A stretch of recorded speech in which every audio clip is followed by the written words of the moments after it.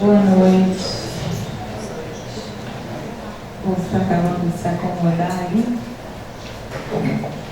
Queria primeiro agradecer a presença do Marcelo, a generosidade de estar aqui essa hora, depois do expediente. Marcelo Cruz é um colega antigo de profissão. Quando eu entrei nessa área, ele já estava. Isso não quer dizer nenhuma diferença de idade, né, Marcelo? As mulheres não podem falar a idade, né, por aí. Mas assim, com uma experiência incrível, uma pessoa respeitadíssima. Acho que ele mesmo pode se apresentar, mas não só agradecer a presença dele, mas falar assim, para vocês usufruírem, porque ele está trazendo uma experiência que ele vivenciou no Canadá, mas Marcelo é uma pessoa com vasta experiência nesse mundo da adicção e da psiquiatria, então acho que é alguma coisa para a gente aproveitar mesmo a presença dele. Tá bom? Obrigada, Marcelo. Obrigado, Elizabeth. Queria primeiro agradecer, não só a Elizabeth, a Sabrina e especialmente a Alice. Como a Elizabeth falou, nós somos amigos de muito tempo, né? E a Elizabeth pediu para eu falar um pouquinho, me apresentar.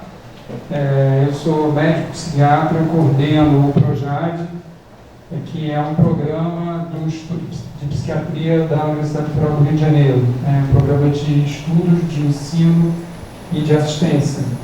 E eu trabalho nesse campo desde 1987. Eu comecei em 1987 no NEPAD da UERJ, e atendei pessoas com problemas com drogas. Depois fui para a UFRJ. O que eu combinei, de apresentar hoje, quer dizer, a ideia de apresentar hoje, alguma coisa que eu vi no Canadá no ano passado, como parte de um intercâmbio entre a UFRJ e duas instituições de pesquisa do Canadá, que são o CAMAID, que é um centro para investigação, assistência e pesquisa na área de dependência e de saúde mental, que tem a sede em Toronto, e a Simon Fraser University, que é em Vancouver. Quem fez o link dessas duas instituições com a UFRJ é um pesquisador chamado Benedict Fischer, que trabalha nesses dois serviços mais tempo em Vancouver, mas muitas vezes também em Toronto. Quando no ano passado eu estive nessas duas cidades, o que eu fiz foi conhecer serviços de pesquisa e de assistência, porque eu trabalho, uma parte da minha atividade é uma atividade de pesquisa, mas uma parte grande da minha atividade é uma parte de assistência, de atender pessoas com problemas com drogas. Então, esses dois aspectos da questão me interessam. Então, nesse percurso que eu fiz lá, eu tive a oportunidade não apenas de conversar com alguns pesquisadores importantes nesse campo, mas também de conhecer serviços e aprender um pouquinho como é que eles tratam pessoas com problemas com drogas. Então, eu vou falar para vocês uma panorâmica sobre o que eu vi lá e vou focar mais detidamente alguns poucos aspectos, porque não dá para a gente falar de tudo, mas para a gente poder discutir mais especificamente algumas questões. A gente estava conversando aqui fora, uma questão sempre delicada de discutir.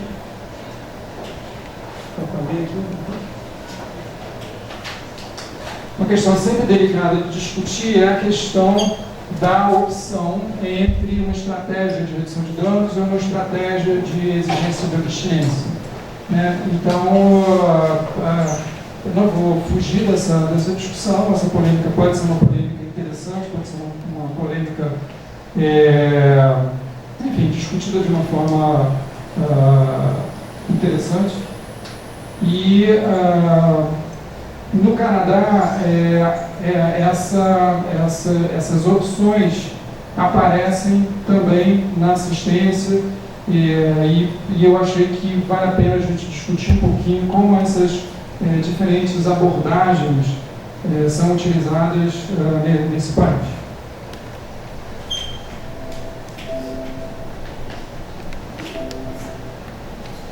Deixa eu só ver se a informação do seu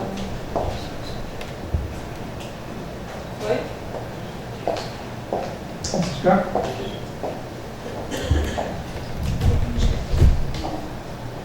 O CANAID é o Centro para Dependência e Doença Mental do Canadá. Então, nessas duas cidades, eu tive reuniões com responsáveis por alguns serviços de assistência e de pesquisa, e eu também tive a oportunidade de participar de atendimentos individuais e de rondas, né, que é aquela trajetória pelos vários quartos onde pessoas estão internadas, discutindo com a equipe, atendendo, né, as pessoas e discutindo com a equipe as situações de atendimento. Esses foram os serviços que eu visitei em Toronto. Né? Primeiro, um serviço que é para tratamento e pesquisa sobre tabagismo. Depois teve reuniões em que foi, cada reunião dessas, com um determinado pesquisador, ou coordenador, um panorama sobre serviços de tratamento do Canadá de uma forma geral, serviços de triagem no sentido de eles chamam de assessment, que é você não apenas ter uma porta de entrada para o sujeito, mas também definir em cada caso qual é o caminho que você vai indicar para cada pessoa que está sendo atendida e associar isso a um início de atividade de pesquisa, porque isso é uma outra coisa que é muito importante na assistência ao usuário de drogas no Canadá, que todos os atendimentos são incluídos em atividades de pesquisa. Eles avaliam absolutamente tudo que eles fazem e para cada pessoa que entra tem um protocolo, determinado protocolo que aquela pessoa vai participar. E isso é feito desde essa triagem. Uma triagem é feita por telefone, né? A pessoa liga para lá, diz, olha, eu tenho um problema assim, assim, assado, é feito algumas perguntas, depois é feito um encaminhamento para um determinado lugar onde essa avaliação é aprofundada e aí é definida para cada caso qual é o tipo de abordagem que vai se indicar para cada uma das pessoas. Né? Em alguns casos já é feita uma intervenção breve, né, como é preconizada pela OMS, que é usada no Brasil também, que para muitas pessoas que têm um uso abusivo de substâncias que não é um uso grave, para muitas pessoas essa intervenção breve por si só produz modificação do comportamento. Né? Quer dizer, existem estudos que mostram que, às vezes, 10 minutos, 15 minutos de uma determinada conversa feita de uma determinada forma, eventualmente por telefone, pode produzir modificações. Essa estratégia tem sido preconizada pela Organização Mundial de Saúde, inclusive no Brasil, e faz parte das capacitações da rede pública no Brasil. Né? A Secretaria Nacional de Políticas sobre Drogas, por exemplo, a SENAGE inclui, né, dentro das suas capacitações essa abordagem de intervenção breve por conta desse grande alcance que tem em termos de saúde pública. Se a gente considerar, por exemplo, rede básica de saúde no Brasil, né, o alcance do programa de saúde da família, se os técnicos estiverem capacitados para fazer isso, isso produz resultado para uma quantidade muito grande de pessoas. Serviços de internação para tratamento, eu vou falar um pouquinho sobre eles, que eu visitei 2 serviços, na verdade visitei 3 para internação. Programas para a comunidade gay, né, programas especificamente para a família, várias formas diferentes de tratamentos em grupo, programas específicos para a população indígena, que eles têm dentro do Canadá um cuidado muito grande com as populações indígenas, as especificidades da população indígena, inclusive porque a população indígena de lá tem muito problema com drogas, principalmente com álcool. Né? Vocês sabem que isso é uma coisa especificamente do Canadá, isso acontece também no Brasil, acontece no Chile, acontece nos Estados Unidos, em muitos países. A população indígena tem uma quantidade muito grande de pessoas com problemas com drogas. E um tipo de atividade que eles chamam de drug court, como é que pronuncia isso, e que tem alguma semelhança com a proposta que foi trazida para cá, mas que tem aspectos muito diferentes e que eu vou rapidamente falar para vocês. Né? Quer dizer, essa atividade do drug court, corte de droga, eu não sei como pronuncia isso em inglês, ele é uma atividade em que o sujeito que é detido com drogas, ele é levado para a polícia para um julgamento. Né? No Brasil, isso quando foi trazido com uma proposta de que essas pessoas recebessem né, como uma pena, né, por esse crime que estava sendo cometido do uso de droga, a indicação de um tratamento, né? E a forma como foi feito no Brasil foi muito criticada, eu mesmo acho que foi feito de uma forma equivocada, porque o juiz definia qual era a forma de tratamento, quanto tempo de tratamento, etc. E havia, inclusive, punições para esse sujeito não cumprisse aquilo que estava sendo indicado pelo juiz, etc. etc. Tinha uma equipe de saúde, eu tenho uma equipe de saúde, mas de toda forma o juiz, com uma formação que não era adequada para essa prática, definia aspectos importantes do tratamento, né? A diferença pelo que eu conheci no Canadá é exatamente a questão da formação do profissional da justiça, né? Porque o profissional da justiça ele tem toda uma capacitação para um entendimento sobre essa situação, e o profissional da justiça, que eu estou falando, não é apenas o juiz, o advogado e o policial, né? E a definição do tratamento é dada pelo profissional de saúde, de maneira que esses julgamentos dessas cortes de droga são feitas com a presença e com a determinação do profissional de saúde e não do profissional da justiça. Okay? Então isso faz uma diferença muito grande e eles têm uma receptividade boa em relação a esse tipo de atividade. Depois eu vou voltar um pouquinho a falar sobre essa interseção entre a saúde e a justiça no Canadá. Houve também uma visita a um serviço médico de tratamento de abstinência, né, que é um serviço de internação, e uma visita a um serviço de tratamento de dependência, que eu vou falar um pouquinho para vocês também. Aí em Toronto, eu tive a oportunidade de ter reuniões com alguns pesquisadores, né, o Jaime, que é um chileno que mora lá há muito tempo, que trabalha com aquático. O aquático, ele é um pesquisador que tem uma atividade de pesquisa e de divulgação e de formação dirigida para profissionais da América do Sul. Depois, se algum de vocês tiver interesse em conhecer, pode ser muito interessante.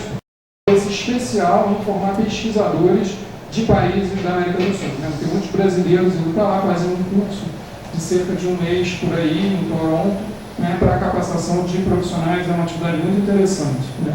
E voltada muito para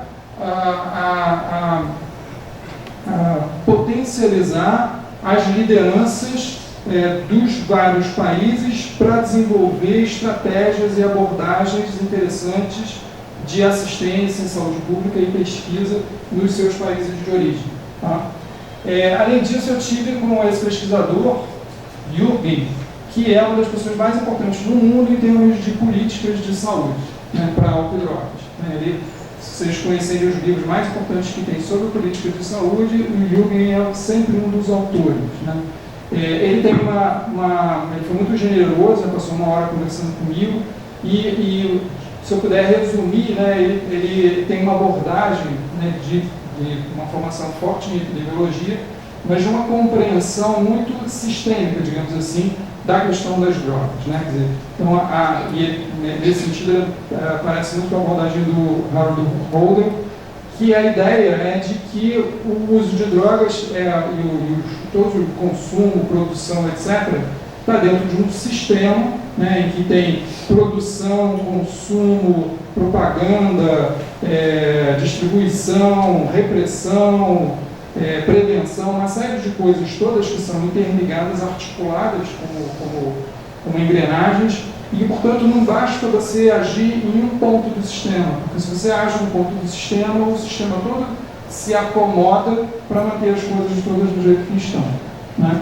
Ele deu um exemplo, por exemplo, nesse caso, que eu achei curioso, que foi o seguinte: ele falou que eu já conhecia alguns estudos que mostravam que uma das formas de você diminuir os problemas com álcool é você aumentar o preço do álcool, né? No Brasil, por exemplo, o álcool é baratíssimo, né, em comparação com o resto do mundo.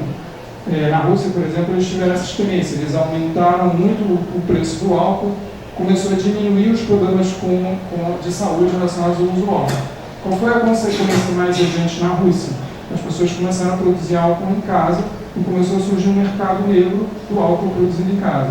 E aí começaram a surgir problemas de saúde relacionados a essa produção caseira do álcool.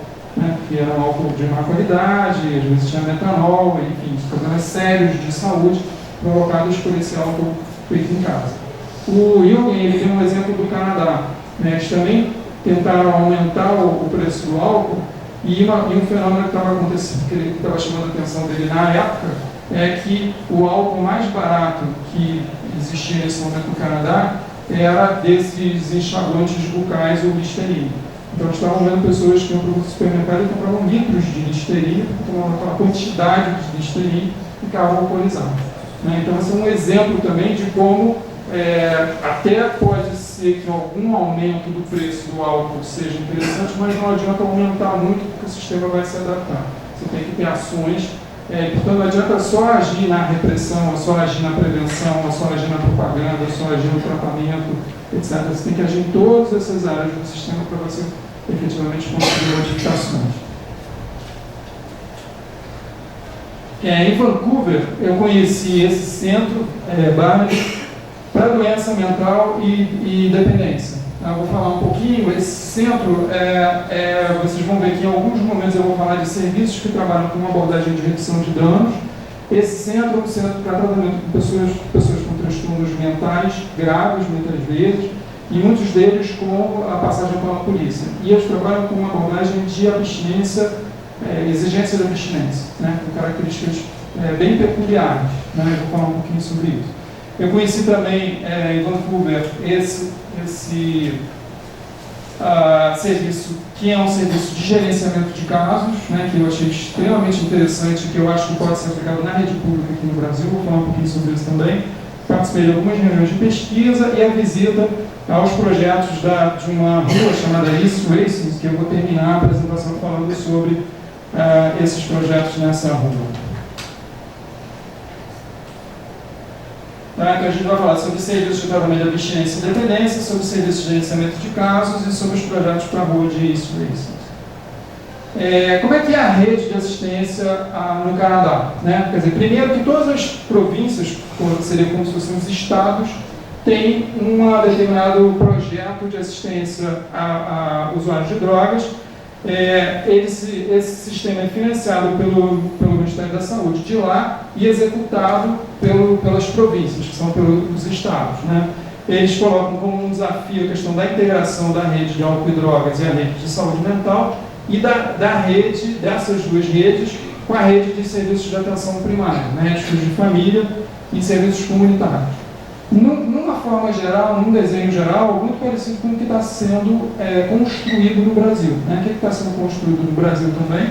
Uma alternativa ao que existia anteriormente, que eram as internações psiquiátricas, ponto final.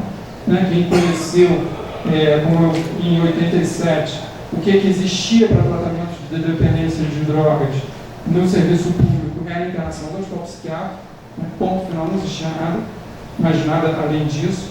E o sujeito, quando tinha alta, ele saía da internação com a indicação de que não bebe nunca mais, porque senão você vai acabar tendo que se internar de novo.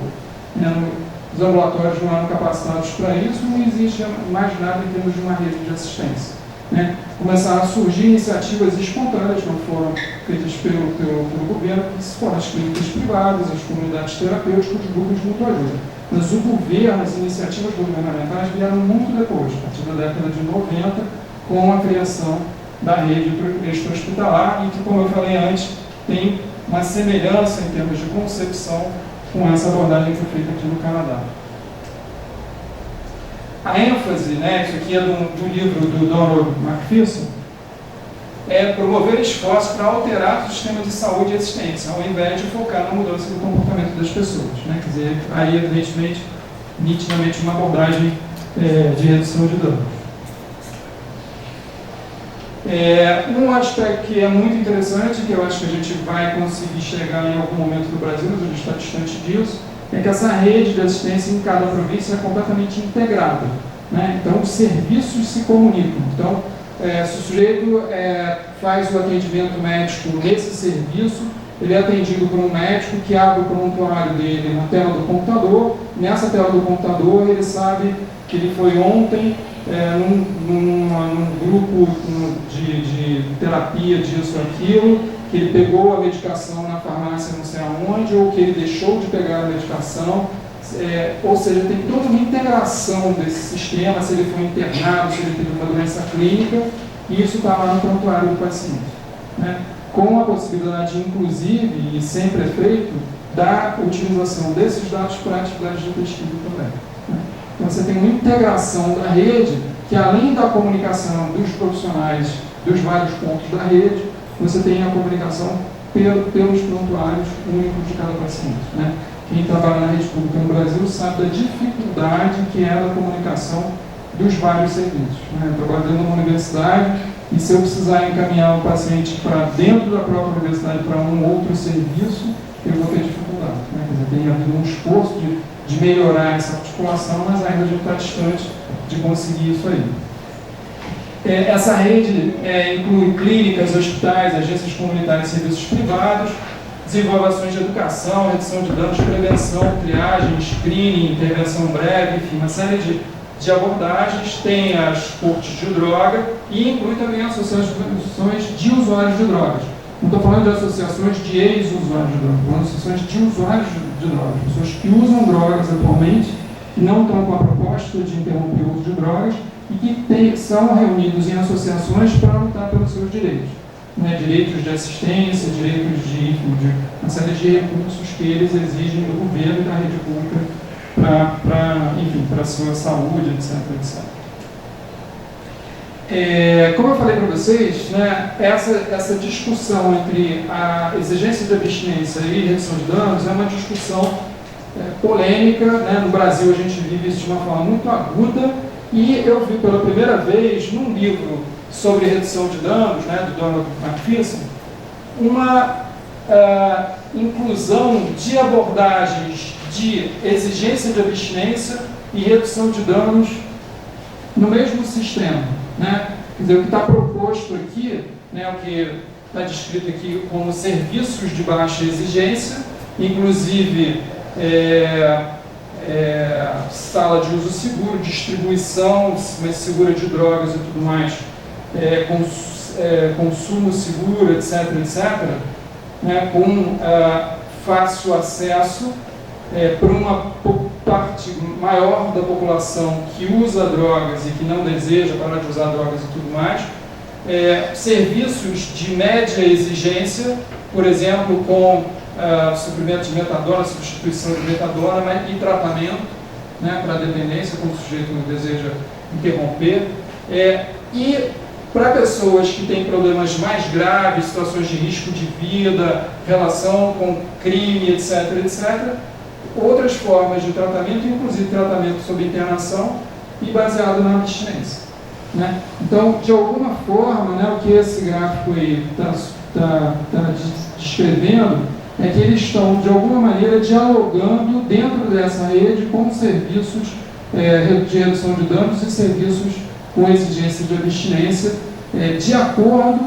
com a situação de cada paciente. Né? Quer dizer, eu diria que que essa convivência de abordagens diferentes é algo que não é estranho, por exemplo, para a minha prática. Né? Quer dizer, a minha compreensão e a minha experiência, digamos, na assistência e em vários aspectos diferentes da atenção a problemas com pessoas com drogas, o que eu vejo é que tem situações em que são cabíveis ações de redução de danos, né? Por exemplo, se você vai falar de problema de saúde da família, né? Como é que um profissional vai agir numa comunidade em que tem pessoas que usam drogas, que usam álcool, tabaco, etc., né? E tem situações em que é cabível a exigência de abstinência, como, por exemplo, situações de pacientes que estão se colocando em risco de vida, situações de violência, etc. Então, essa convivência, né, de algo que parece tão polarizado, né, na prática eles estão colocando isso né, em ação no Canadá. Eu visitei 2 serviços de internação. Um serviço, eles separavam lá, isso eu achei curioso, né? Tinha um serviço de internação para o tratamento da abstinência e um outro serviço de internação para o tratamento da dependência. Tá? No caso desses 2 serviços, eram 2 serviços com abordagem de redução de danos. Tá? Não que não existam outros serviços com exigência de abstinência, mas esses dois que eu visitei eram serviços que tinham abordagem de redução de dano. E eu vou falar um pouquinho de como é que eram esses serviços. Né? Então, esse primeiro, o tratamento da abstinência, ou seja, quando o sujeito estava usando uma droga e ele queria parar, ele estava usando álcool, estava usando heroína, ele queria parar, ele procurava o serviço, enfim, fazia toda uma triagem lá e se internava. Tá? Eram serviços que tinham internação em torno de 10 dias, com 18 quartos, eu vou mostrar umas fotos depois, não pode fumar dentro do serviço, mas tem um jardim onde a pessoa pode fumar. As drogas principais eram os opioides, né, heroína, principalmente, e álcool. Nesse dia que eu estive lá visitando, curiosamente, não tinha pacientes com problemas com cocaína, com crack. Eles dizem que nesse serviço de abstinência essas drogas não são comuns, embora muitas pessoas usem cocaína, crack no Canadá. Muitos pacientes que tinham outras comorbidades, e a equipe tinha 2 psiquiatras, tinha assistentes sociais, tinha enfermeiros e tinha terapeutas ocupacionais. Uma vez que era um serviço de redução de danos, né, ou seja, o paciente internava com uma dependência de heroína e em algum momento, se ele queria ir embora, ele ia embora, né, ele não era obrigado a ficar. Eu perguntei, ok, você está dizendo que o paciente, quando quer ir embora, ele vai embora, mas se você achar que o paciente está em risco de vida, o que você faz? Aí a resposta era o seguinte: a gente tem um formulário, a gente preenche esse formulário, envia para a justiça, né? A gente avisa para o paciente, olha, você está numa situação de risco de vida, então eu preenchi o formulário, enviei para a justiça e a gente vai aguardar o julgamento da justiça. Aí a justiça era comunicada e havia um julgamento, eles chamam de julgamento mesmo, do caso, em 1 ou 2 dias. Isso significa o seguinte: ia um juiz, um advogado do paciente, o advogado do serviço de saúde, o médico e o paciente. E havia um julgamento na hora, no local, né, para definir se aquele paciente efetivamente estava em risco de vida ou se ele tinha capacidade de se cuidar e sair dali. Tá? Então, essa questão da alta, né, era, de uma forma geral, aceita se o paciente queria, mas se a equipe achasse que o paciente estava em risco de vida, havia essa alternativa. Quando a gente estava fazendo o round, né, a gente foi de quarto em quarto, né, com a equipe, e a equipe conversava com o paciente, não sei o quê. E teve uma situação que a gente foi e tinha uma paciente que disse que queria ir embora. Né? Ela estava evidentemente sob efeito de alguma substância, possivelmente dos tranquilizantes que ela estava lá tomando, estava bem embriagada. E disse, olha, eu acabei de receber um telefonema e a pessoa que ia ficar tomando conta do meu gato não vai poder ficar tomando conta do meu gato e eu quero ir embora porque senão eu vou morrer de fome quando eu sair daqui. Eu quero ir embora. Aí a médica se sentou e começou a conversar com ela. Olha, você tem um problema com opioide, não sei o que, você é uma situação grave, você fez o esforço danado para vir para aqui. Aí conversou, ela falou, eu quero ir embora. Aí a gente saiu da sala, foi lá para o posto. E daí eles conversaram entre eles e chegaram à conclusão que ela podia ir embora, não sei o que não era uma situação de risco de vida, e ela foi embora. Né? Então essa é uma decisão que é tomada pela equipe, se tem risco de vida, mas se respeita a opinião do paciente se ele não está numa situação de risco de vida. É pública essa instituição? É. Pública e gratuita, né? Todas as instituições que eu visitei, que eu vou falar aqui, foram instituições públicas. Okay? Outros aspectos do serviço. Tinha o teste de urina, então eles faziam, né, assim, aleatoriamente testagem de urina para ver se a pessoa por acaso tinha burlado, né, apesar de estar internado no serviço de abstinência. As visitas não eram permitidas durante esses mais ou menos 10 dias. Os quartos eram individuais, com banheiro, né, não eram tão confortáveis como daqui, mas eram bem arrumadinhos, muito melhores do que a gente costuma ver no serviço público brasileiro, com certeza. Todos os quartos tinham telefone, tinham espelhos e fios. Estou falando isso aqui, né, pessoal que tem experiência, sabe dos cuidados que a gente tem em relação ao risco de suicídio, agressão e tudo mais, que as lives tinham isso. Não tinham grades e não tinham TV no quarto, mas tinham na salinha de convivência. E, né, os pacientes recebiam, né, entre outras formas de tratamento, medicações para diminuir, né, os sintomas de abstinência. Eu não vou detalhar isso, porque eu acho que a maioria dos remédios, a gente pode conversar depois sobre isso. E aqui entre nós, nenhuma novidade em relação ao que a gente tem no Brasil. Né? Quer dizer, certamente eu como médico, perguntava sempre em relação à abordagem farmacoterápica do tratamento da dependência de cada uma das drogas e tudo mais. Tem uma ou outra coisa que eu posso conversar com vocês e tudo mais, mas nenhuma grande novidade. Aliás, vou voltar um pouquinho para falar de uma coisa que eu vi interessante em termos de farmacoterapia, né? Vocês viram que eu falei de um primeiro serviço lá que eu visitei, que era um serviço para tratamento de tabagismo, né? E aí eu vi uma coisa que eu achei muito diferente, né? Eu conversei com a Rosane, que trabalha no tabagismo lá do Projad, que é muito diferente do que a gente vê, inclusive, descrito nos artigos. Que é o seguinte, aqui a gente tem a regra de que quando o sujeito começa o adesivo de nicotina, é quando ele parou de fumar. A gente só começa o adesivo quando o sujeito para de fumar. Lá eles não fazem isso, em alguns casos. E preferencialmente sim.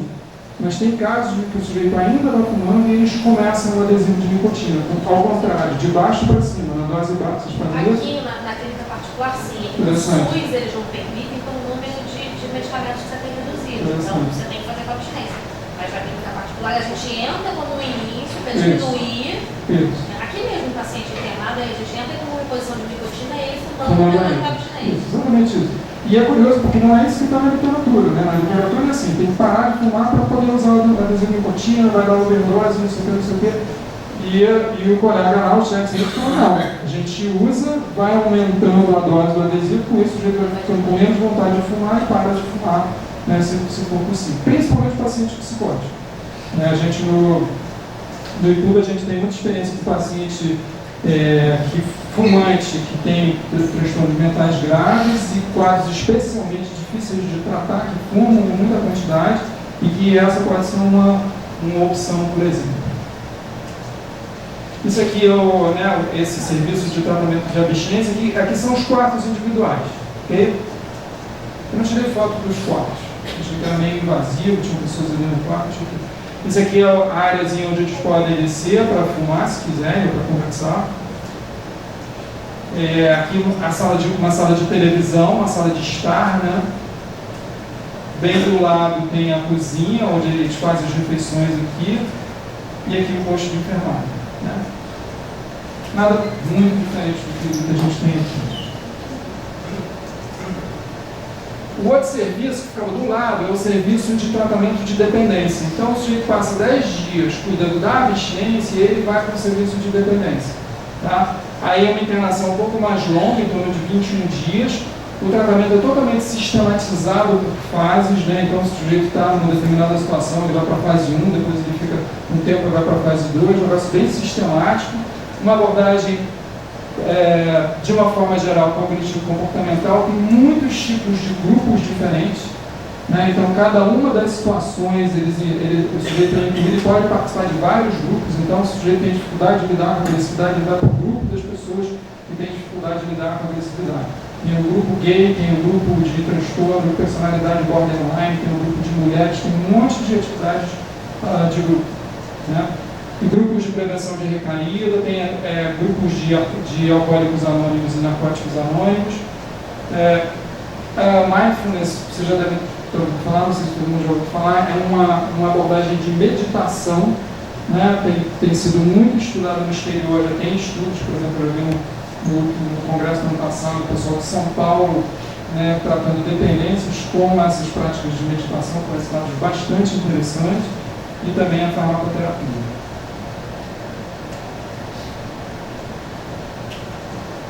Bom, em Vancouver eu conheci esses 3 serviços aqui.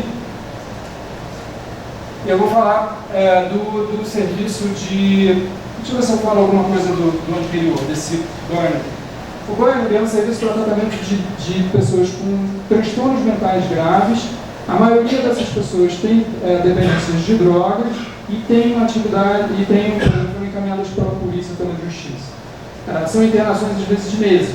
Tá? E aí é um serviço com exigência de abstinência. Eles fazem não apenas a testagem, né, de drogas, mas eles fazem um controle bastante rigoroso. Tem uma fase inicial que fica numa área isolada, né, tem uma coisa da chegada no serviço, que ele passa por um exame médico quando chega pela primeira vez no serviço.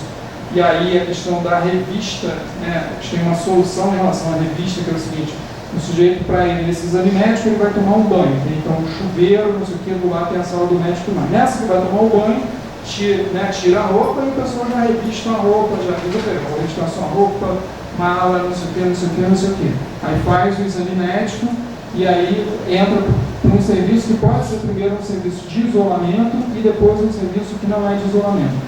Ao longo desses meses, que o sujeito fica internado, depois de um certo tempo, eles passam a ter saídas, ter licenças, licenças para ir fazer compras, licenças para receber pagamento.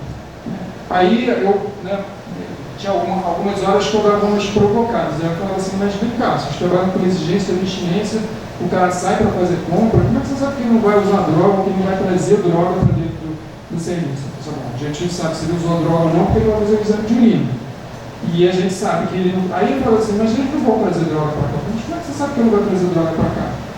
Vai, porque a gente vai controlar, vai fazer o exame de urina. Aí ele para e fala assim, e se eu tiver com muita dúvida, eu chamo a polícia que vai traz aqui um cão farejador para saber se o cara está com droga aqui.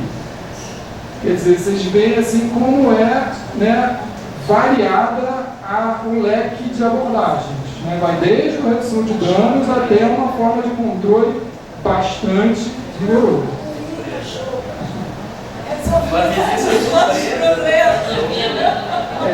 O cachorro é uma coisa muito violenta, muito estranha. Por outro lado, quando eu andava pelos corredores, tinha cachorros que eram dos pacientes. Porque os pacientes, muitos são população de rua, e muitas pessoas de população de rua têm um cachorro. E não tem com quem deixar o cachorro, então interna com o cachorro. Tem vigilância sanitária. Acho que não.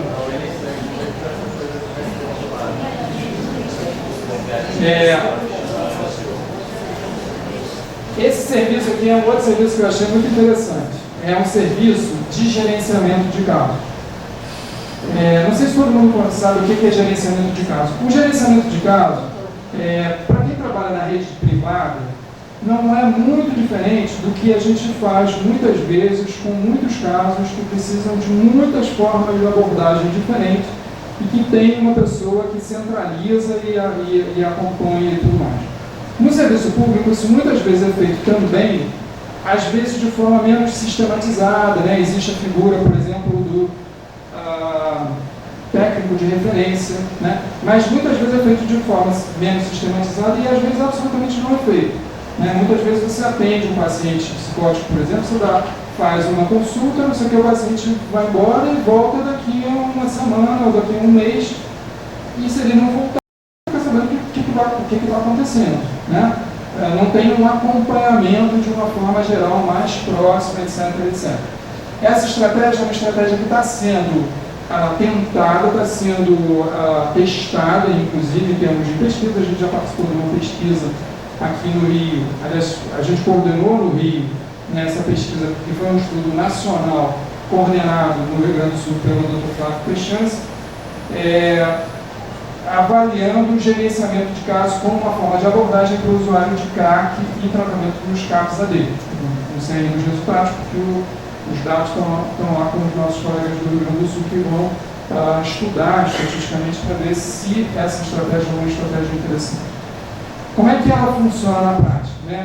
Por exemplo, aqui no Brasil, você tem um gerente de caso, que pode ser um assistente social, e que acompanha aquele paciente. Então, o paciente veio para a consulta, o assistente social anota, você foi no psiquiatra, foi no psicólogo, foi no grupo, foi no seu dentista, o paciente não veio a consulta, aqui que você não veio a consulta, telefona. Aí não veio a consulta porque não tinha dinheiro para vir na consulta. Então, peraí, então vamos fazer um Riocard para você poder vir na consulta. Eu não vim a consulta porque eu estava com dor de dente e não tinha dinheiro para ir no dentista. Então vamos lá arranjar um jeito para você ir no dentista. Ou seja, o gerente de caso gerencia o caso, ele acompanha o caso, ele faz uma espécie de um meio de campo para tentar diminuir as várias barreiras que existem para o tratamento daquele sujeito. No Canadá, esse serviço que eu vi era um serviço que era para pacientes graves, pacientes com transtornos mentais graves e usuários de drogas. Então, eram equipes que acompanhavam um número pequeno de pacientes. Por exemplo, nesse lugar que eu fui, eram equipes de 10 pacientes. E cada equipe não, eram grupos de 10 pacientes, cada equipe atendia um grupo de 10 pacientes. E esses 10 pacientes tinham um gerente de casos, né? Mas havia uma reunião diária em que uma tela, né, de computador, em que eles viam, caso por caso, quais eram os serviços que aquele paciente tinha frequentado naquela semana, né? E discutiam o caso e acompanhavam o caso, né? Está bem, não está bem, está tomando remédio, não está tomando remédio, brigou, arranjou confusão. Lembre-se que eu estou falando de pacientes com transtornos mentais graves, né? Muitos pacientes psicóticos, pacientes morando em geral, morando sozinhos, porque isso é muito diferente a questão da cultura aqui e lá, né? Quer dizer, aqui muitas vezes a família faz esse gerenciamento de uma certa forma. Lá o sujeito sai de casa com 18 anos e se vira, não interessa se ele tem um transtorno mental. Então muitas dessas pessoas estavam morando num apartamento alugado pelo governo, psicótico, tá? Então o gerente de casa avaliava cada dia como é que ele estava, etc, etc. E novamente eu fiz a mesma pergunta que eu fiz lá. Falei, vem cá, o sujeito não apareceu para consulta. Você está vendo lá no seu computador que ele não foi na consulta, ele não foi pegar o remédio, ele sumiu. Você liga, a gente liga para ele, a gente vai lá na casa dele se precisar de mais. E se não achar? Não, a gente vai achar, vai aparecer algum serviço, a gente vai achar. Aí eu falo assim, e se não achar? Eu falo, se a gente procurar em todo lugar e não achar, a gente chama a polícia. E a polícia vai localizar esse cara. O detalhe é quem é essa polícia. A questão é, a polícia é totalmente capacitada, é uma polícia gentil, é uma polícia que trata as pessoas como os policiais deviam tratar todas as pessoas. Não é uma polícia truculenta, não é uma polícia violenta, né? O colega lá foi me descrevendo situações em que o policial é uma pessoa acolhedora, né? Assim, em algumas situações, o sujeito, por exemplo, o sujeito está em casa, ele precisa tomar um remédio todo dia, ele não tem condições de vir ao serviço de tratamento, né? Alguém do serviço, um psiquiatra ou assistente social, não sei o que, vai lá e leva o medicamento para ele todo dia, se for necessário. Se precisar, vai o policial vai na casa do cara, eu vim aqui para exercer um remédio, o cara vai lá e toma o remédio. Quer dizer, é uma coisa que é difícil a gente imaginar isso no Brasil, né? É uma outra forma de... não acho impossível, mas é difícil. É uma outra forma de relação da justiça com a saúde, né? Nesse serviço existiam 7 a 8 gerentes de caso, ou seja, o total de pacientes era em torno de 80 pacientes. E essas eram as atividades que os pacientes que participavam desse serviço faziam. Aos grupos que existem na comunidade, inclusive grupos de autoajuda, consultas médicas, eventualmente passeio com um profissional da equipe, né? Visita no shopping, gerenciamento financeiro, se houvesse o caso. Às vezes o sujeito mora em casa sozinho e não consegue controlar a conta dele, não consegue pagar as contas, não consegue fazer compras, né? Lazer, grupos próximos à moradia. Ele recebia a medicação na sede ou na moradia, e o atendimento com o psiquiatra podia ser 2 ou 3 vezes por semana, ou se precisasse diariamente. Esses pacientes viviam ou em abrigos, ou em apartamentos alugados, ou em quartos de hotel também alugados pelo governo. Caso necessário, o serviço cuidava do pagamento, da relação com o proprietário e cuidados do paciente caso fosse necessário. Isso aqui eu já falei, cada paciente tem uma agenda com todas as atividades, né? E o serviço acompanhava pelo computador todos os pacientes atendidos nos vários serviços. Não perde contato com o paciente. Se o paciente some, é procurar, se necessário, com a ajuda da polícia. Bom, agora eu vou falar, para terminar, sobre os projetos dessa rua, né? East Race Street. Essa rua é uma rua que fica a 5 quadras do centro financeiro de Vancouver, né? Vocês imaginem uma rua que fica no centro da cidade aqui do Rio de Janeiro, perto de, imaginem uma área cheia perto da Petrobras ou alguma coisa assim, né? Um lugar que tem muitos executivos, muito dinheiro, muita coisa, muitos prédios bonitos, etc. No centro de Vancouver, uma cidade muito bonita, e 5 quadras Toda vez que eu falava das cracolândias no Brasil, eles diziam assim, a gente tinha isso aqui também, era o que havia em East Racing Institute. Então, era como se existisse uma Cracolândia a 5 quadros do centro financeiro de Vancouver. Uma Cracolândia em que as pessoas usavam, não apenas o crack, mas usavam drogas injetáveis, né? Durante muitos anos era um lugar, enfim, totalmente degradado. Tem uma foto aqui dessa época, vou mostrar para vocês. Grande quantidade de pessoas em situação de rua, usuários de drogas injetáveis, e os serviços que eram oferecidos eram serviços de alta exigência, né, com exigência de abstinência unicamente, e repressão policial. Então, uma foto de East Racing 5 anos antes do início do projeto. O que fizeram esses Racings? Eles desenvolveram serviços de baixa exigência, com acesso imediato e suporte à saúde, assistência social, educação e emprego. Os serviços de suporte à saúde, serviço para tratamento de abstinência e de dependência. Tá? O que eu visitei, né, era um serviço novamente de redução de danos. Eu não sei se eles têm serviço com exigência de abstinência em East Racings, mas eu vou falar um pouquinho sobre esse serviço de assistência. Oferecimento de exames, serviços para tratamento de problemas de saúde em geral, HIV, DST e serviços de emergência. Então, abriram serviços nessa área para tratamento de condições clínicas e tratamento de dependência e problemas com drogas. Serviços de assistência social. Então, serviços de alimentação gratuita. Então, você está andando pela rua. Eu fiz um tour, como se fosse um turismo, durante 3 horas por essas ruas, né, acompanhado dos coordenadores do serviço. Entrei nos vários serviços e nos hotéis, né. Então, você está andando pela rua e aí tem assim um prédio do Exército da Salvação, que oferece alimentação gratuita. Aí tem lojas comuns e mais adiante tem um lugar onde o sujeito pode ir lavar roupa, se ele quiser. Ou ele pode pegar roupas doadas, né? Ou ele pode ir para uma sala assistir um vídeo que está lá passando. Ou ele pode ir jogar ping-pong, ou ele pode, enfim, uma série de serviços que são oferecidos nessas ruas onde essas pessoas estavam, né? Eles têm um banco, né? Esse banco que a gente vai para pagar contas, para pegar dinheiro e tudo mais. Eles fizeram um banco lá. Por que eles fizeram um banco lá? Porque essas pessoas, muitas vezes, elas têm direito a seguro-desemprego. Então, elas recebem um cheque todo mês. E aí, quando o sujeito vai num banco comum, era maltratado. Então, eles vão abrir um banco aqui e isso aí se expressa as pessoas serem atendidas, né? O banco nunca foi assaltado e não tem nem segurança.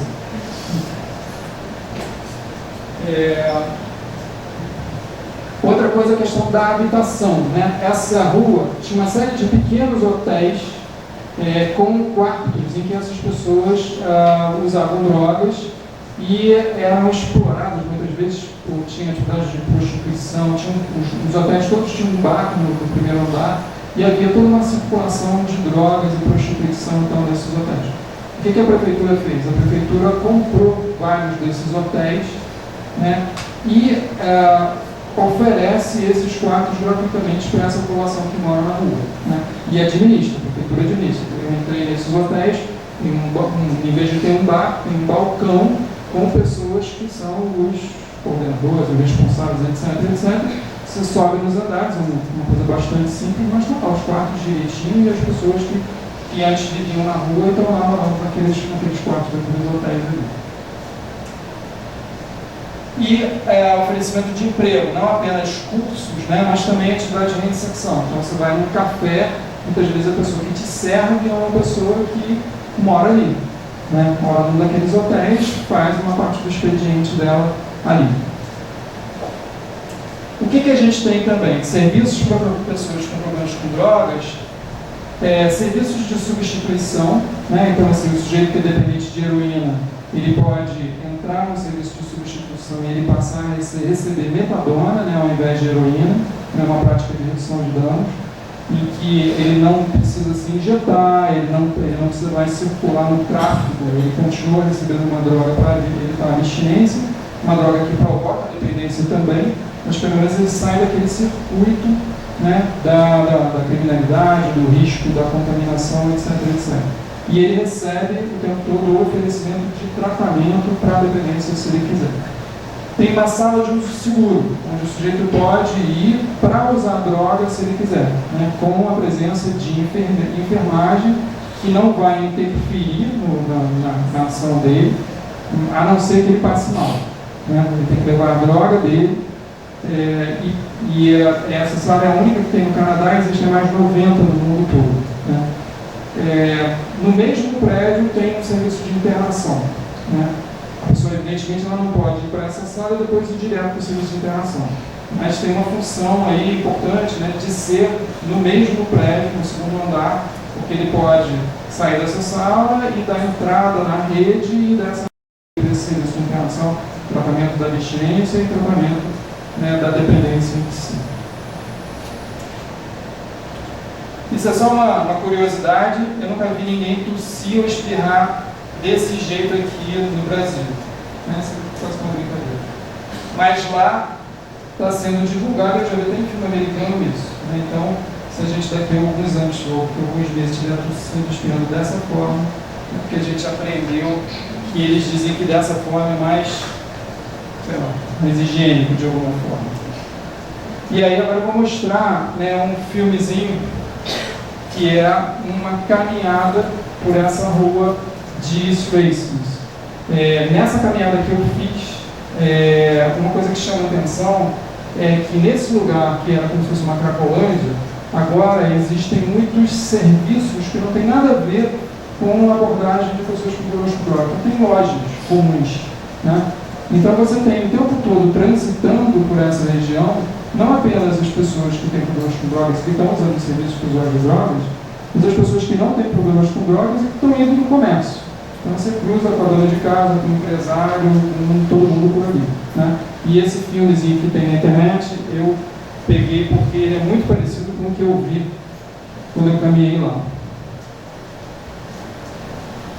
Agora vamos ver se eu consigo colocar aqui. E aí a gente termina. É um filme de 3 minutos, tá? E depois a gente conversa.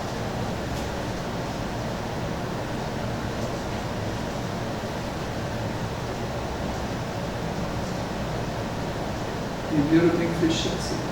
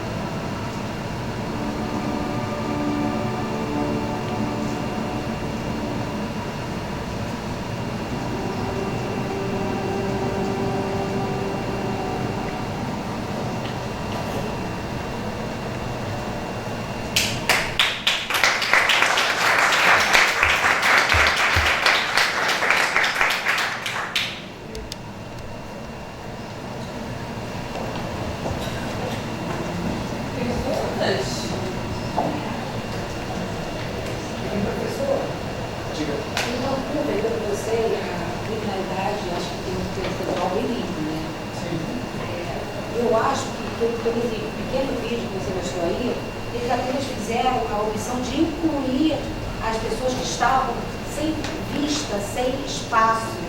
É uma coisa que o nosso país teria muito que aprender, porque hoje o dependente químico está à margem da sociedade. Né? Se a gente conseguir fazer com a inclusão dele, junto com ele ali, está bem nítido aí que a gente está caminhando lado a lado. Quer dizer, aquelas pessoas com coisas na rua, a gente tem aqui já no Rio acontecendo isso. Vai na Praça 15 ali, antes dessas obras aí, aconteceu isso. Só que a outro lado da sociedade passa, tipo assim, uma venda nos olhos. Eu não quero ver independente químico, eu não quero ver o alcoolista. Então, eu acho que a sociedade tem que andar lado a lado, vendo que precisa de ajuda, precisa de um espaço, estendendo a mão. A parte médica, a parte, cada um dentro do seu, vamos dizer assim, quadrado, né? Então, eu acho que essa inclusão é importante. E não, até quando tiraram, na parte da doença mental, tirando dos hospitais, botando para as casas terapêuticas, botando para, como você falou agora, que a prefeitura paga, né? Quer dizer, aqui estão pensando, eu acho que é um futuro um pouco mais distante, essa coisa de pagar o hotel, tem um hotel social, uma coisa mais simbólica. Eu acho que a gente vai chegar a uma coisa que vem mais próxima, não tão quanto, né? Mas eu acho que tem que ver o olhar da cidade, fazer a inclusão, e não botar uma venda nos olhos. Eu acho que tem bem isso daí. Você falou a questão da criminalidade, né? O Benedict Fischer, uma vez a gente conversando, ele perguntou sobre a questão que ele já tinha ouvido falar da violência do Rio e tal, ele já veio para aqui no Rio. E ele me perguntou sobre a quantidade. Aí eu falei, olha, em torno de 3.000 assassinatos por ano no Rio de Janeiro, na cidade do Rio de Janeiro. Enquanto são 9 assassinatos por ano. E a ideia é exatamente a ideia de inclusão. Na realidade, esse tipo de serviço, né, você oferece serviço, as pessoas começam a frequentar, se aproximar, se vincular, e em algum momento a maioria dessas pessoas pede tratamento. Né? Teve uma experiência aqui no Rio, que eu achei muito interessante, que eu acho que tem a ver com isso. Uma paciente lá do Projade, estavam fazendo um jornalzinho do Projade. Aí ela queria me entrevistar para botar lá no jornalzinho. Como ela, conversando comigo, me disse que tinha sido da Cracolândia, do Jacarezinho, não sei o que e tal, e eu estava fazendo uma pesquisa na Cracolândia do Jacarezinho, e eu virei para ela e falei assim, o que fez você vir para cá? Né? Porque na pesquisa da gente estava estudando como o oferecimento de serviços poderia ser uma forma de aumentar o acesso dessas pessoas da população de rua, que é péssimo acesso dessas pessoas aos serviços de saúde no Brasil. Aí eu falei para ela, a gente acha que talvez se a gente oferecer, né, alimentação gratuita, banho, roupa e tudo mais. Aí ela falou, olha, professor, o que me trouxe para cá não foi nada disso. O que trouxe para cá foi que tinha uma pessoa, que era uma pessoa que trabalhava com medicina de anos, que ia lá todos os dias para oferecer camisinha, serviços, não sei o que e tudo mais. Ela começou a conhecer essa pessoa e começou a confiar nessa pessoa. Um dia ela chegou para essa pessoa e disse assim, não aguento mais na frente, onde é que eu me trato? E aí a pessoa encaminhava para o projeto. Quer dizer, essa é a ideia, entendeu? A ideia de um estabelecimento de um vínculo que não seja persecutório. Né? Quer dizer, a estratégia que se usou em São Paulo e no Rio de Janeiro alguns anos atrás para a população de rua foi a perseguição, para pegar essas pessoas, internar todo mundo com funcionamento independente se precisasse ou não precisasse, quem era as pessoas. Sobre essa questão da implantação desse serviço, você falou que só tem que realmente uma sala de uso. Sim. No Canadá só tem nessa cidade de Vancouver. Mas isso aí, toda essa rede de cuidado, de atenção, ela reflete também uma política de saúde pública, assim, bem... eu acho que tem uma clara posição, assim, política e, enfim, ideológica alinhada, né, a essa visão de saúde pública.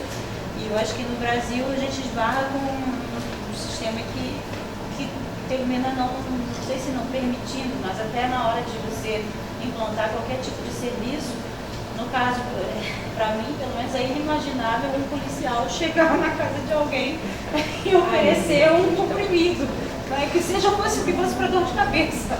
Né? Então, assim, existe toda uma eu acho que tem pelo menos um alinhamento, né, do governo no sentido de reduzir danos, de realmente tratar esse problema. E no Brasil, assim, eu ainda acho que existe assim essa prática persecutória e assim até do ponto de vista da sociedade, o cidadão assim, digamos, comum, né, assim, tem medo, né? A gente vive uma espécie de enfim, um medo mesmo, né? Eu acho que é cultural. Nosso olhar, assim, o nosso olhar, a gente vê o independente químico como assim, um marginal e não como uma pessoa que precisa de cuidado. Ele também estava querendo perguntar sobre a questão da polícia, né, assim, eu não acho que seja impossível. Eu acho que tem uma questão de capacitação, tem um monte de coisas que pode ser feito. Eu já fiz algumas vezes capacitação para policiais, né? E eles ficam muito mexidos quando a gente discute essa coisa toda. Por exemplo, uma das coisas que eu acho mais interessante de discutir com os policiais é que uma abordagem de guerra que morre são os policiais. De todo mundo que está morrendo no Rio de Janeiro, além dos traficantes, além dos seus pobres nas comunidades e tudo mais, quem mais morre são os policiais. Então assim, será que vale a pena, né, continuar com essa ideia de que a maneira de resolver o problema com as drogas é matar todo mundo? Porque não está funcionando, e principalmente com os policiais não está funcionando, não é uma boa ideia. Já existem associações, não sei se vocês sabem disso, de policiais contra o proibicionismo, né? Associações estrangeiras e associações aqui, inclusive brasileiras. Eu acho perfeitamente cabível. Não sei se vocês viram um filme chamado Notícias de uma Guerra Particular. Notícias de uma Guerra Particular tem toda uma história e tem uma hora que tem um policial que ele está dizendo assim, olha, quando tem uma guerra, o sujeito vai para a guerra e ele sabe que quando acabar a guerra, ele volta para casa. Eu vou para a guerra todo dia e isso não vai funcionar. Porque todo dia ele vai para a guerra. Né? Então, assim, eu acho que tem muitas coisas que a gente pode fazer com os policiais, porque eu acho que a forma como a gente está lidando com essas questões. O Brasil não está sendo bom para ninguém, mas o Brasil não está sendo bom para eles. Mas é uma iniciativa Só um detalhezinho aqui. Essa abordagem não é, no Canadá, não é consenso. Não sei se eu estou dando a impressão aqui que a abordagem de redução de danos é consensual. Não é.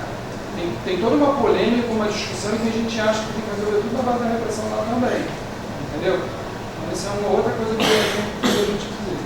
Eu queria perguntar, você falou de passagem sobre um programa de treinamento, de intercâmbio para capacitação de pesquisadores. Né? Eu queria que você falasse um pouco mais sobre isso. A quem se destina e como se candidatar, enfim.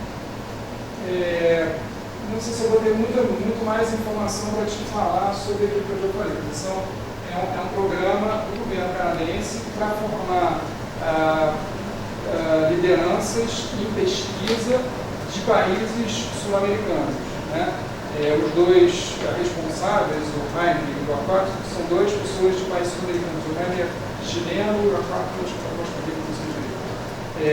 eu posso te dar o contato, né, para se você tiver interesse, entrar em contato com eles.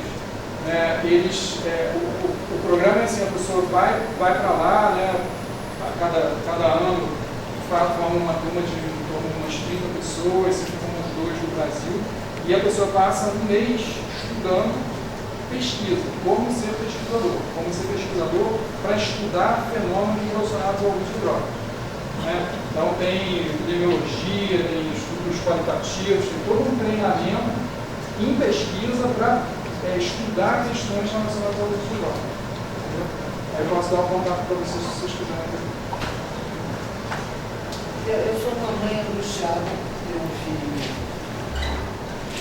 Enfim, sempre assim, nosso não sei por que ele foi viver esse drama todo.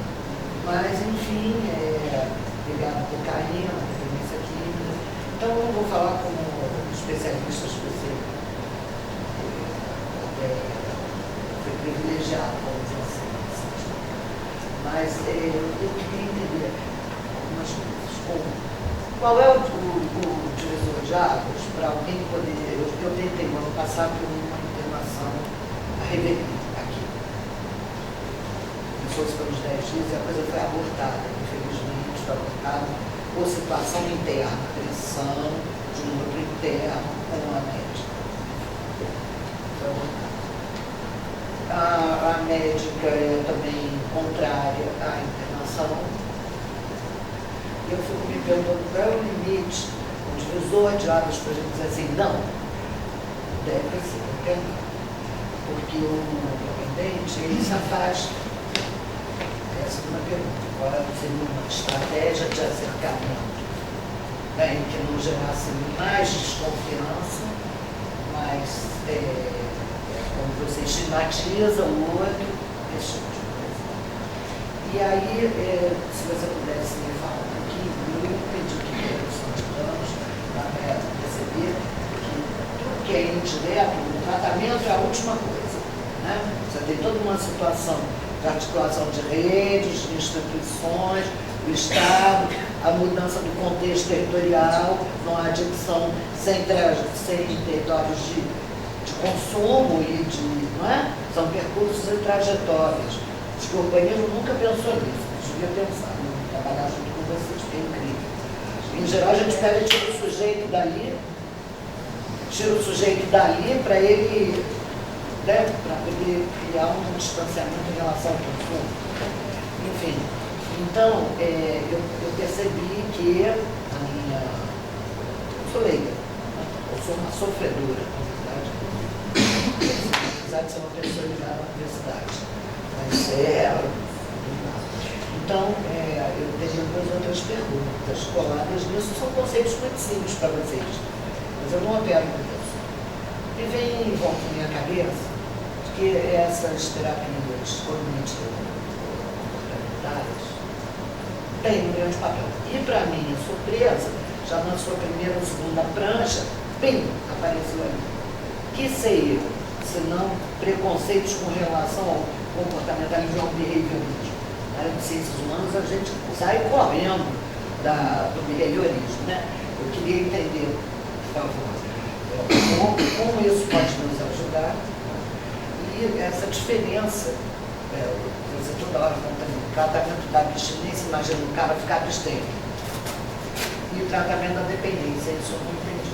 Porque eu achei que a abstinência ajuda. Deixa eu manter os conceitos. Desculpa. Deixa eu tentar responder algumas coisas. Aparece lá no Projac, depois eu vou. Eu já contei vocês lá 2 vezes. Deixa eu falar de algumas coisas, depois a gente roda, se você quiser. Assim, primeiro, esses conceitos não são simples. Se você quiser desenvolver outros, para depois me responder, talvez. Mas eu acho que essas perguntas são importantes e englobam uma série de questões. Muito obrigada. Primeiro, assim, quando você diz que para a gente isso é simples, absolutamente não é simples. Né? O conceito de redução de danos e tudo mais é muito, eu acho difícil, muito discutido. Pessoas compreendem de formas diferentes. Então, na realidade, a abordagem de redução de danos é você oferecer serviços, continuar oferecendo serviços para pessoas que têm problemas com drogas, mesmo que elas não queiram ou não consigam interromper o uso da droga. Tá? Isso é um conceito geral da redução de danos. Que tem aplicações em termos de saúde pública, um exemplo aqui dessa rua, e pode ter uma aplicação na relação com aquele sujeito, com uma pessoa especificamente. Tá? Por exemplo, vou dar um exemplo assim, estou dando no Rio do Sul, me liga uma infectologista e diz assim, estou atendendo um cara, ela é infectologista, não entende nada dessa área, é HIV positivo, ele voltou a beber, então vou parar um antirretroviral, você não faça isso. Continua o antirretroviral dele, entendeu? Óbvio que você não vai dar um remédio que tenha lesão no fígado, mas você tem que continuar tratando isso, você tem que continuar oferecendo serviço, não é tipo assim, ou você para tudo, ou então eu te ofereço um serviço. Tá?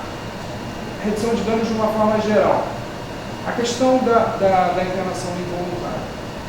Quando você diz assim, qual é o divisor de águas? Tem um critério que é a questão do risco de vida. Se uma pessoa está em risco de vida, ela tem medicação de internação involuntária, de controle externo. Agora, entre uma pessoa que está em risco de vida e uma pessoa que está lá no outro ponto, que está usando uma substância, em milhões de situações intermediárias que são muito difíceis de definir. Entendeu? E mesmo o que é risco de vida é difícil de definir. Pois é. Né? Se uma pessoa está pendurada na janela, é claro que tem risco de vida. Mas se uma pessoa está subindo um morro, desce o morro, chega caindo, desce o morro, está em risco de vida ou não está em risco de vida? Então, Pode levar uma bala no meio do caminho e pode não acontecer nada. exatamente. Então é muito complexo. Então, assim, eu acho que não tem como definir para todo mundo. Eu não tenho como te dar uma definição para todo mundo. Eu acho que é uma coisa que se define no caso a caso, com a equipe de preferências, que eles não tem nenhum profissional que resolva sozinho, médico não resolve sozinho, psicólogo não resolve sozinho. Então, a discussão da equipe é super importante, cada um ouvindo. E no caso a caso, você vai definir se nesse caso precisa de uma internação e eventualmente tem que ser voluntária. Isso se a pessoa se apresentar, se submeter a um tete-a-tete. O meu filho, por exemplo, foge. Não, mas o que ele está colocando é o seguinte: existem critérios que definem você fazer uma internação à revelia do desejo do sujeito, que ele está se colocando em risco de vida ou colocando outras pessoas em risco de vida. E aí isso não depende do tete-a-tete. Aí eu posso fazer apesar do desejo dele. O que ele está questionando é que é muito subjetivo na dependência de drogas o que é risco de vida. Porque você estar envolvido com certas pessoas pode ser risco de vida. Né? Você estar usando uma determinada quantidade pode ser risco de vida e pode não ser.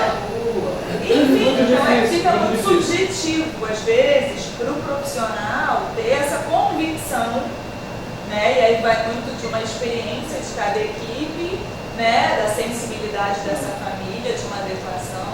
Vou dar um exemplo extremo também. Fumar é risco de vida? Fumar tabaco? Entendeu? Eu sei que é um exagero que eu estou fazendo, mas é um exagero para fazer a gente pensar, como tem milhões de nuances aí, entendeu? Então não tem uma coisa precisa, você tem que ir no caso a caso definindo. Só para terminar em relação à pergunta dela, a questão do. Aí estou me metendo, vou dar um palpite na tua seara, a questão da terapia cognitivo comportamental. Eu tenho uma filha que está fazendo um mestrado em psicanálise. Só psicanálise, não sei o que, não sei o que, não sei o que, né? Quando eu comecei a atender os nossos drogas, eu não sou psicanalista, mas quando eu comecei a atender os nossos drogas, eu sou psiquiatra. Eu comecei a trabalhar num serviço que eu trabalhava só com psicanálise. Né? E eu tinha a fantasia de que a pessoa, se tivesse muito bem compreendida, etc., profundamente analisada e tudo mais, podia mudar a sua relação com a droga, eventualmente até usar a droga de forma controlada e tudo mais. Eu aprendi, primeiro que eu aprendi com meus pacientes que isso não é verdade. A maioria das pessoas que têm problemas são dependentes não conseguem usar drogas controladas, seja álcool, quer que seja. Segundo, eu aprendi que terapia cognitivo-comportamental é uma abordagem, né, que tem tanto do ponto de vista teórico quanto do ponto de vista prático o mesmo valor que outras abordagens e que para cada pessoa e para cada situação diferente, uma abordagem ou outra pode ser extremamente valiosa. Né? Então, assim, no serviço que eu coordeno, a gente tem pessoas que trabalham com uma abordagem psicanalítica e tem terapeutas comportamentais. Eu acho, tem uma palavrinha nesse campo do uso e abuso de substâncias que eu acho que sempre livremente eu acho legal a gente pensar nessa palavrinha, diversidade. As pessoas que usam drogas, elas são muito parecidas entre si, mas elas não são iguais. Elas têm muitas diferenças entre si também. Então, as abordagens têm que ser diferentes. Não existem essas abordagens todas só porque a gente pensa diferente, porque eu penso diferente de X, não é por isso. Porque a gente podia pensar diferente se os pacientes todos fossem iguais, os pacientes iam escolher a abordagem X ou Y. Existem muitas abordagens porque os pacientes são muito diferentes. Né? Então, os pacientes vão se adequar a cada uma das situações e cada situação vai se adequar ao paciente. É muito positivo, né, Marcelo, quando você tem essa equipe que tem esse leque de opções, né? Que você tem a terapia cognitivo-comportamental, você tem a entrevista motivacional, você tem uma abordagem psicanalítica para determinados casos. O Marcelo está trazendo a questão do mindfulness, né? Que hoje a gente tem a terapia dialética comportamental, que inclui mindfulness como uma abordagem para regulação emocional. Mindfulness e a terapia dialética comportamental inclui Mindfulness, que foi uma abordagem desenvolvida para pacientes de uma base de muita impulsividade. Foram estudos desenvolvidos primeiro para transtorno borderline, que é até um subgrupo importante, né? E depois ampliado para a questão das adicções de uma forma geral, e trabalha essa regulação emocional através de uma vivência do presente, que inclui técnicas meditativas, né? E também uma forma de viver o presente, lidar com as suas emoções, regulando e botando um freio que os impulsivos não têm e que o dependente químico por vezes também não tem, né? Então essa gama de opções, e a ANA, 12 passos, então essa soma, esse conjunto de um problema de lidar com um problema tão complexo que dá conta,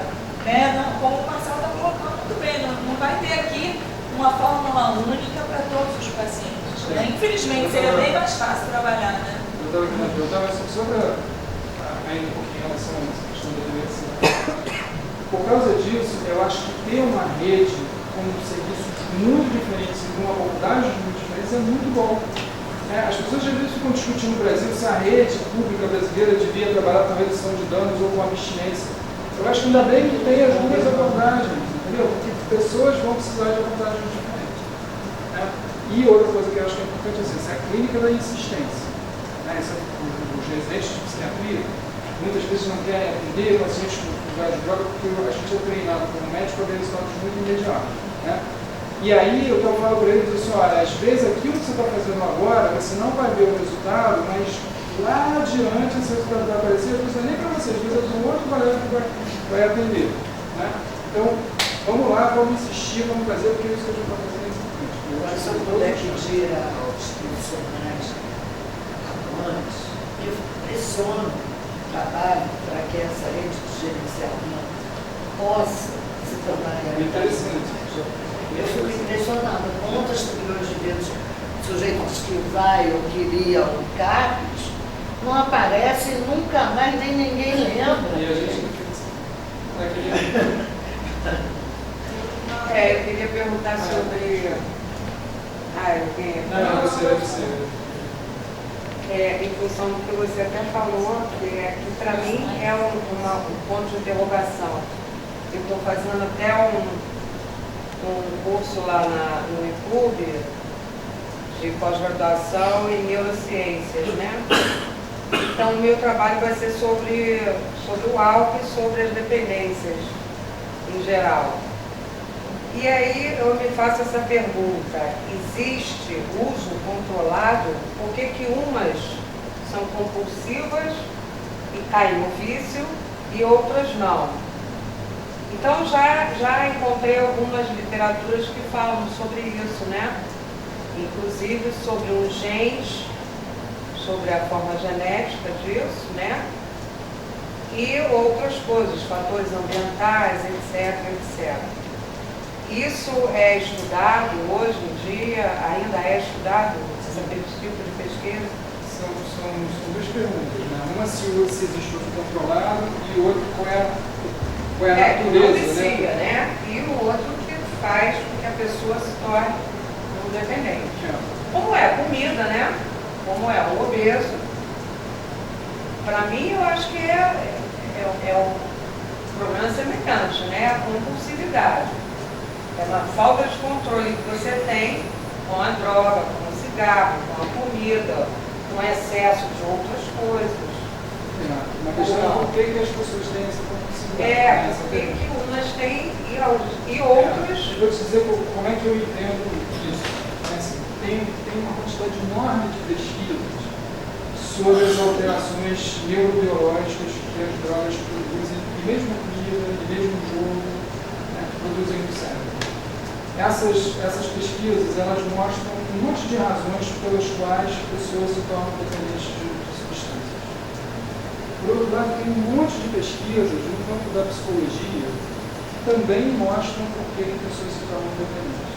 E você tem um monte de estudos socioculturais que também falam de como é que as pessoas se relacionam com substâncias, com compras, com consumismo, etc. Da minha forma de entender, eu não tenho nenhum desses campos que por si só profissões que eles têm. Uma vez eu vi um profissional que ele é um pesquisador de neurobiologia, fazendo pesquisa com ratinho. Existem muitos pesquisadores no mundo inteiro que fazem pesquisas com ratinho para tentar entender por que o cérebro há modificações, etc. Inclusive no Brasil.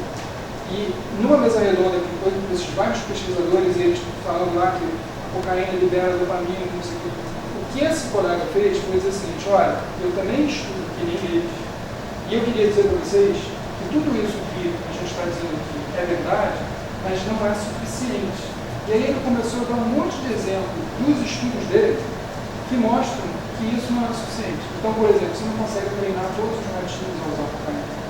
Se você desintoxica o ratinho, muitos daqueles ratinhos, alguns você consegue treinar de novo para usar cocaína, outros não. Né? Ratinhos de mães, ratas diferentes, cuidam diferentes, têm resultado. Enfim, quantidade de informações que mostram que, até do ponto de vista da neurobiologia, esse conhecimento não é suficiente. O que eu estou querendo dizer aqui? Eu não estou querendo dizer que essa neurobiologia não é importante, não é suficiente, não aumentou muito o conhecimento, aumentou o conhecimento. Só que cada uma dessas dimensões não é suficiente. Essa é a minha forma de compreender. Por quê? Porque a gente não é só neurobiologia, nenhum de nós é. Quem usa droga e quem não usa droga. A gente é uma mistura dessas coisas todas. Então, todas essas coisas são não é só para você compreender por que as pessoas usam drogas, se tornam dependentes de drogas, mas também na forma de tratamento. Se você oferecer serviço, você tem que oferecer serviços que abordem todas essas questões. Tenta tratar o dependente de substância só com remédio, não funciona. Tenta tratar só com terapia, não funciona. Então, essa é uma questão. A outra questão é a questão do uso controlado. Existem pessoas que usam controladamente, existem. Vários bares, não sei o que, um monte de pessoas que usam controladamente, nunca tiveram problema no álcool, nunca vão ter. Agora, entre as pessoas que têm problemas, e principalmente as pessoas que têm problemas graves, essas pessoas, em geral, não conseguem usar controlador. Então, assim, mas para você saber, você precisa começar. O que é usar droga? Acho melhor não. Acho que não é uma boa ideia. A essas alturas, acho melhor não. Eu acho que as pessoas caem nessa porque elas querem experimentar, certo? Primeiro, experimenta. Segundo, não vou ficar dependente disso, entendeu? Isso acontece muito com adolescentes, né? Quem começa a beber, dizendo, eu vou começar a beber hoje porque eu quero daqui a 10 anos. Pois é, como é que você vai saber? Daqui a 5 anos, será que você é um dependente? Ninguém sabe. Né? Então, gente, vem para a última pergunta, para também deixar o Marcelo descansar.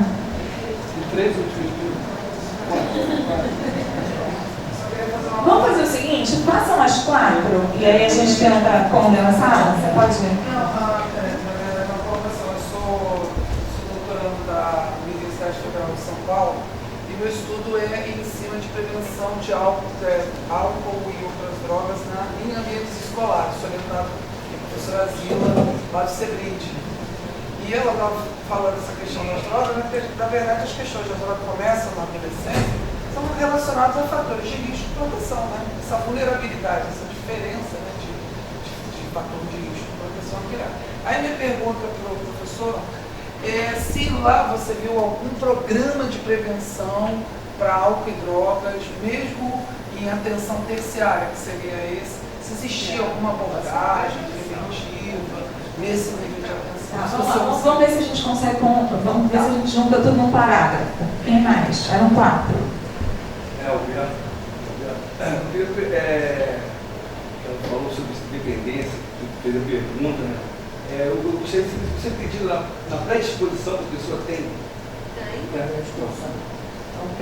Não é só que eu vou usar, ela não pode, não bebe nada. Ok. Predisposição, fase escolar. Meu nome é André, sou psicóloga da Polícia Militar e eu queria que você pudesse falar, não sei se é possível, brevemente, o retorno dos policiais com a capacitação que você deu, porque a gente já viu uma mudança assim, de olhar, quando a gente consegue acessar os produtos, de entendimento, né, da questão da doença, o que antigamente era visto assim, alimentando o tráfico, essa diferença do traficante para o adolescente, e falar um pouco como é que foi esse contato com os policiais.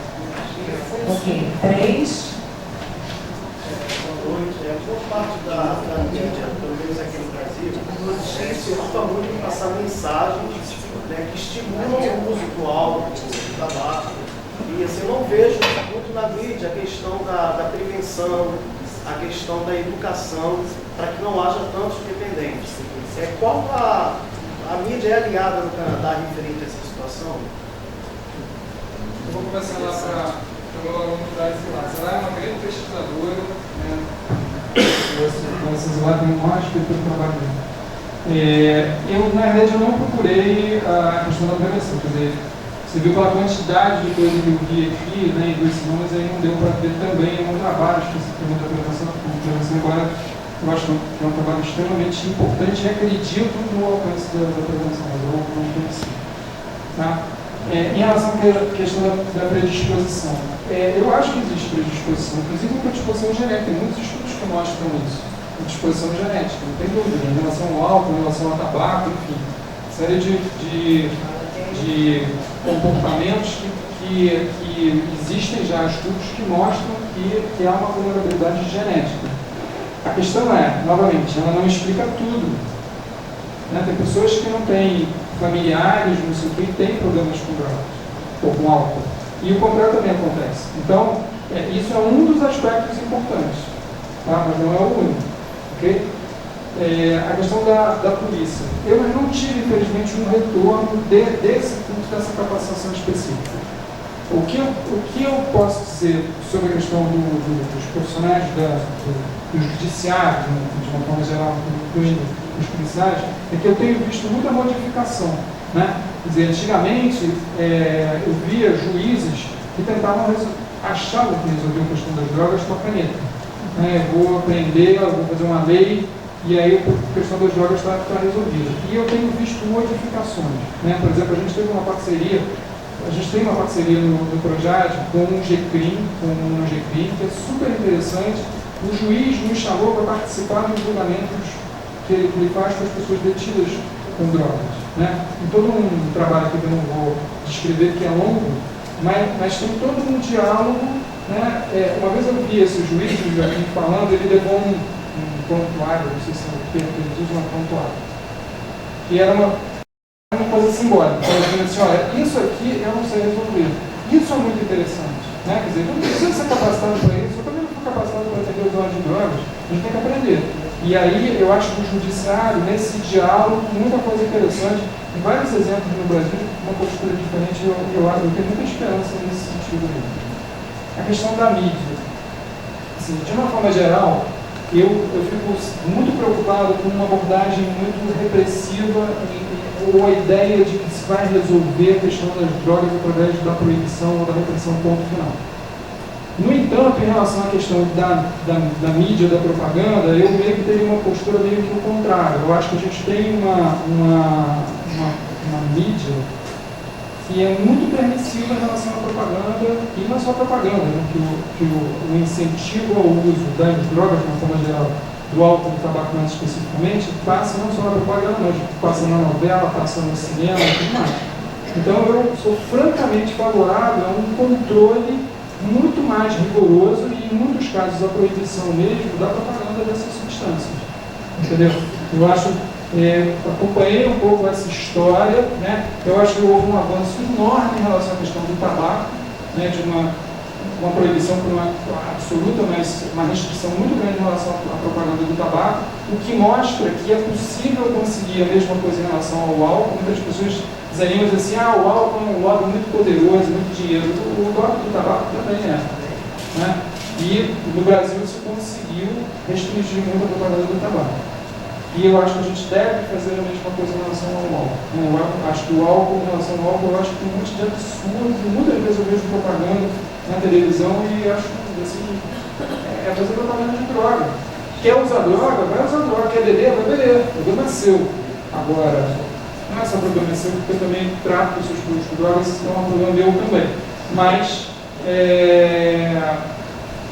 não estou querendo prender as pessoas porque elas bebem. Agora, você fazer propaganda de álcool, eu acho uma postura completamente equivocada, e eu acho que no Brasil tinha que modificar isso.